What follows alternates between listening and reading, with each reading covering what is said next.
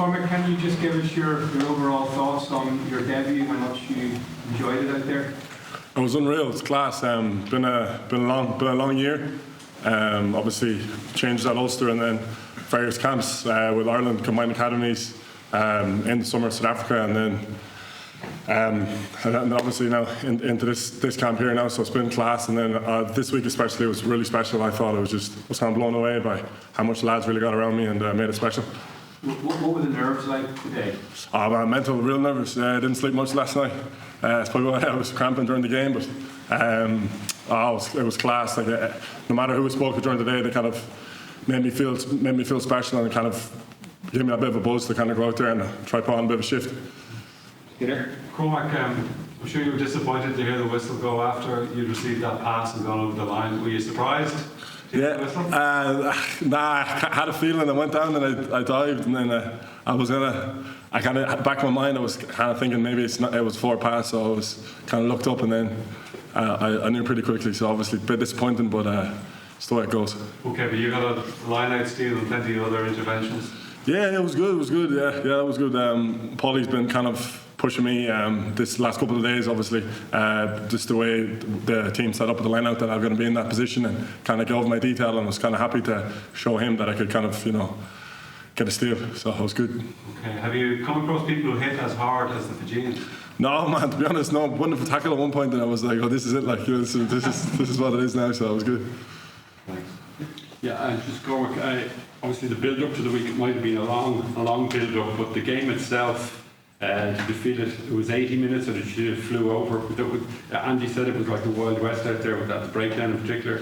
Yeah. Did the game go over very fast for you? Or? Yeah, no, there's definitely times, obviously, because with the nerves and stuff, you're kind of in your head a little bit during the game, and you're thinking a lot, making sure you're on your detail and stuff. So that was kind of almost slowed it down for me a little bit, which is kind of good, I suppose, at the time. But yeah, it was fast. Like, it was kind of one side of the pitch, the other, up and down, and then there was kicks to corners, a lot of mauling and stuff. So it was good. It was good. It was a very good performance from yourself and Gus. Obviously, two of you are debutants, but very hopeful that the two of you might be able to force your way into Andy Farrell's plans now. Yeah, obviously Gus is class. Like, the age that he's at, and obviously we were together. Start of the year, this will be our third camp now. Like, so I've seen a lot of him. I think he's a savage player. Like, and don't know. It's just the way. It's just kind of all you can do really is kind of turn up on Sunday night, Monday morning, and see where you are, and then kind of just go from there. You can't really think too far in the future. Jonathan? Yeah. Cormac, this time last year you were still playing plenty of All-Ireland League rugby for Ballinhinch. Like, what do you think's been the biggest thing to get you from there to making you international debut?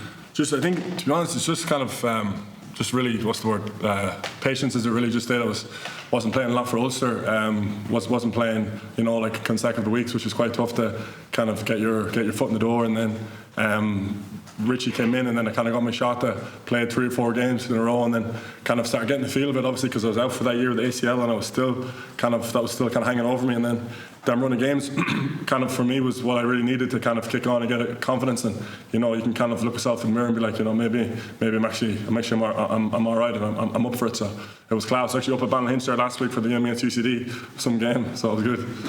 Just when Emily thought about patience, like, I'm sure you would have wanted to make your debut in South Africa whenever you were on that tour, but how much did that experience of going away last summer stand you coming into this one? Oh, unreal! Just in terms of the over there in South Africa, especially, kind of their approach to rugby is insane. They love it. It's mental over there. So that was good. Going to the stadiums and kind of getting that feel of it as well. And then obviously the kind of the emotional battle they need to bring to them games. It was good to see, because that's another level that you don't really get at club rugby. Is that the boys here in them international games, they're really up for it. And that was class to me to get to see that. Ashley and then Reece.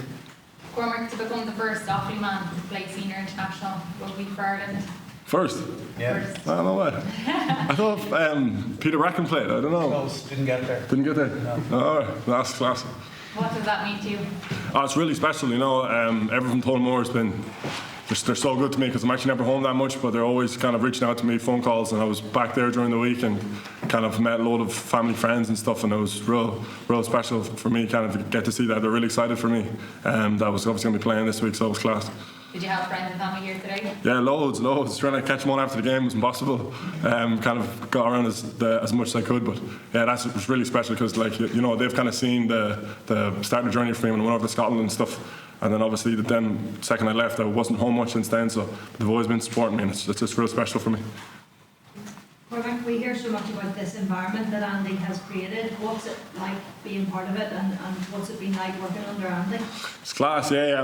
I think touching it, you kind of, whenever you put on the jersey, you kind of feel a foot taller, and you know, whenever you're not playing, it's quite hard to see that. But then when you're out there and then they're singing the anthem and stuff, and then you know that huddle just before kick-off, like you kind of feel it. It's a special feeling because Andy's obviously class. Is the way he speaks and is the vibe he brings to you is unreal, so it's really special. What advice did he give you before today?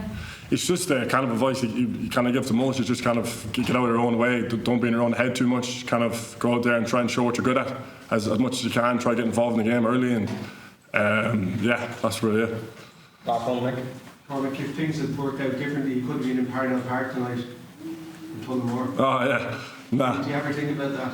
Yeah, you can't think too much of what could have been. You know, I've been at various clubs over in Newcastle and stuff, and with the Sevens, and you know, I've been at different places. So it's kind of, yeah, you know, you never know what could happen, but it's class. I'm happy to be here, and obviously over the moon, like so.